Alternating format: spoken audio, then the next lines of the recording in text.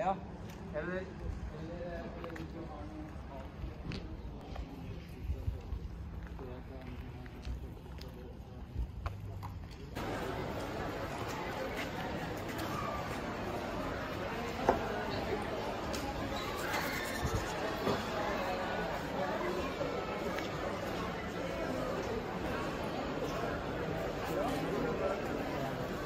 Ne yapıyorsun?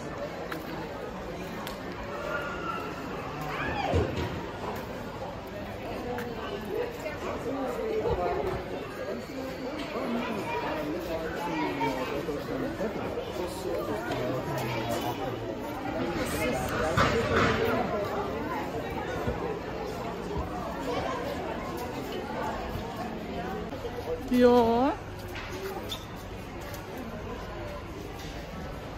bu ne?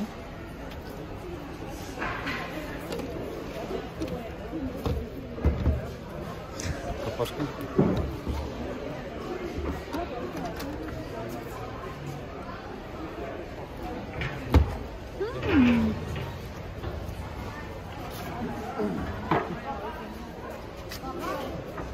Eski oldu. How much?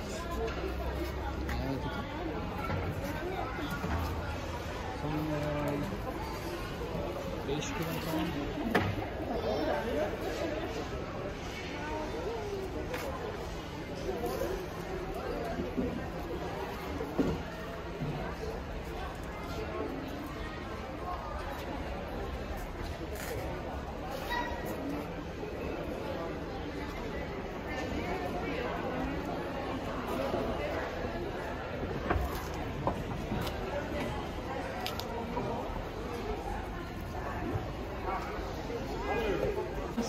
Sabahtan beri.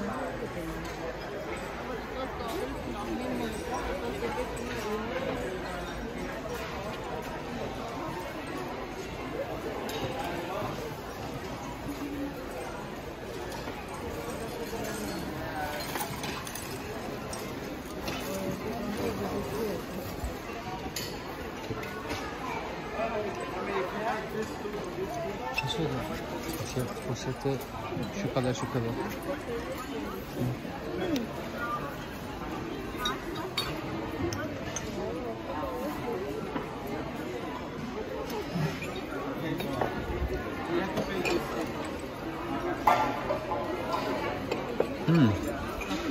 Acayip şeyler var ha.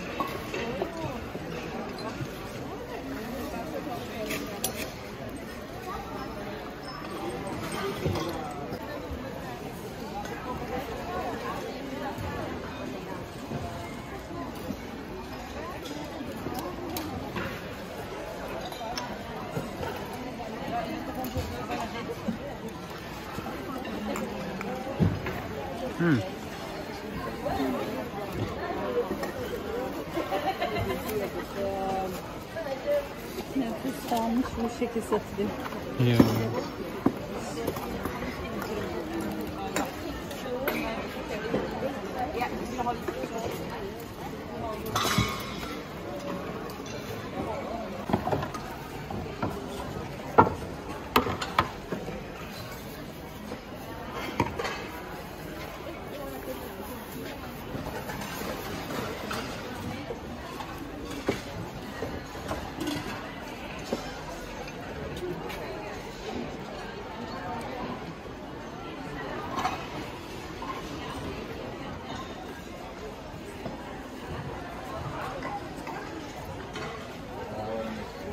Skal du ikke ha?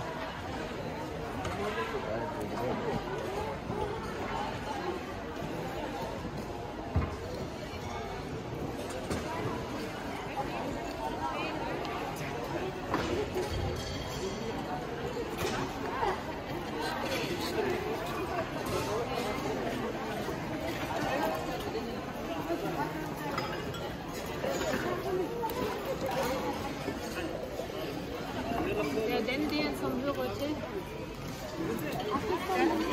Ja. Ja. Den kan du ta i veska di. Eller vil du ha en pose? Men den posen lukkes. Så jeg tenker jeg gjør sånn. Det er tegn at du har betalt. La pompe c'est beau. Haribo toilette.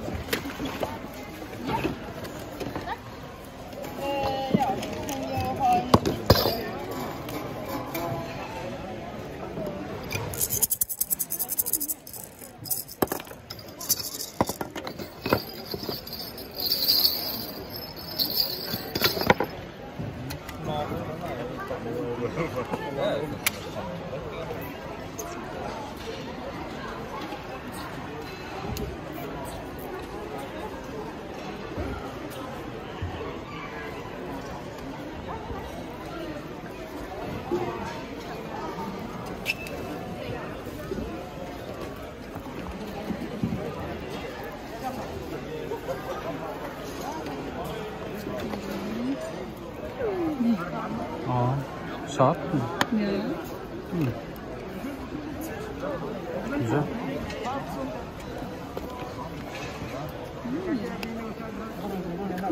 Wow. Güzel.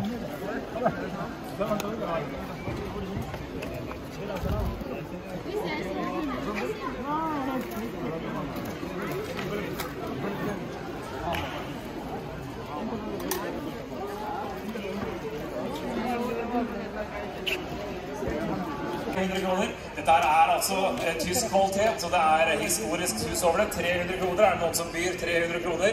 Gi et tydelig tegn, så får jeg det med meg. 300 kroner. Vi er på 250 kroner. 250 kroner første gang. 250 kroner andre gang. Og 250 kroner tredje gang. Sånn.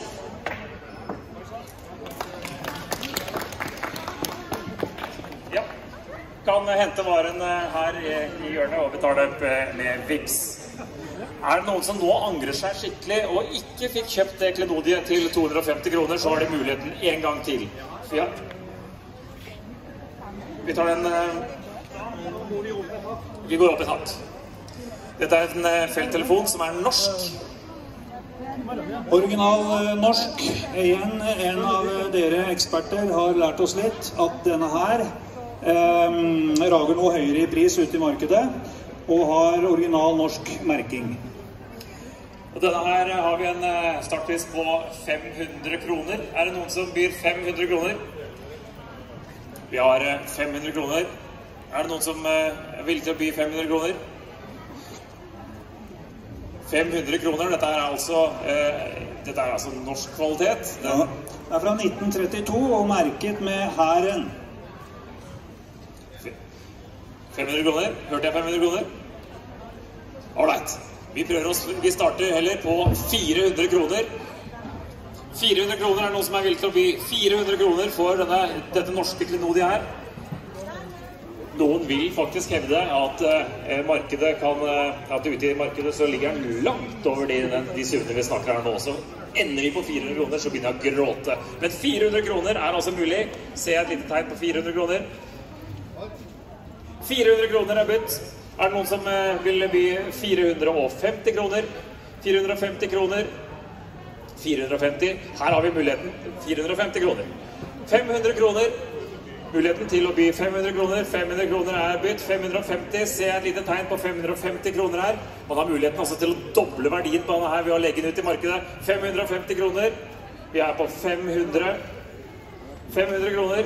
500 kroner første gang. 500 kroner andre gang. 500 kroner solgt.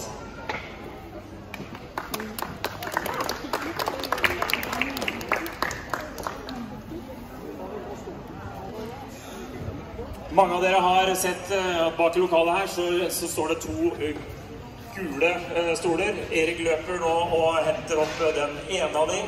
Dette her er 2 veldig godt beholdte retrostoler som gjør seg i alle, absolutt alle hjem.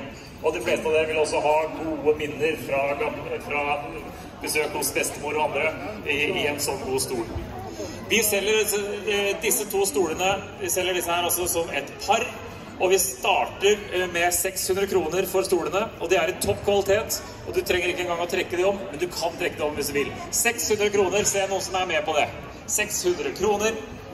600 kroner altså, for noe som du normalt må gi det 10-dobbelte for. Retrostoler. 600 kroner, 600 kroner bytt. Er det noen som sier 650 kroner? Kjempepopulære. 650 kroner. Man får det peneste møbelet i Kongsberg hvis man kjøper disse 2, og man får det også som et par. Men vi har et bud på 600 kroner, dere. Så her har vi muligheten til å slå til. 600. Se et bud på 650 kroner. 650 kroner, det er en kanonmulighet, folkens. Og det som ikke engang, det er sånn også når du tenker at sånn stol skulle jeg ha, dere er ikke sikker på om jeg vil gi 650 kroner. Jeg lover, dere angrer hvis dere ikke har byttet. Vi har et bud på 600 kroner. Dere har muligheten 650 kroner. Er det noen som blir 630 kroner?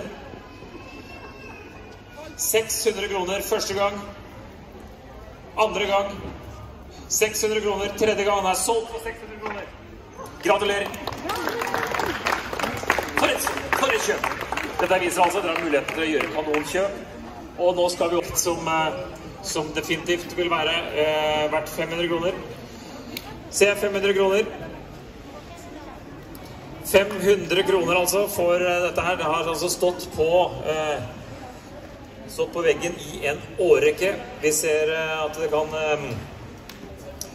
Vi ser at 400 kroner kan være et ordentlig sted å starte. 400 kroner er bytt. Er det noen som blir 450 kroner? 450 kroner er muligheter. Vi har bud på 400 kroner. 400 kroner første gang. 450 kroner. Er det noen som blir 500 kroner? 500 kroner er bytt. 550, ser jeg det noe sted? 550 kroner. 500 kroner første gang. Andre gang. 500 kroner. Tredje gang solgt.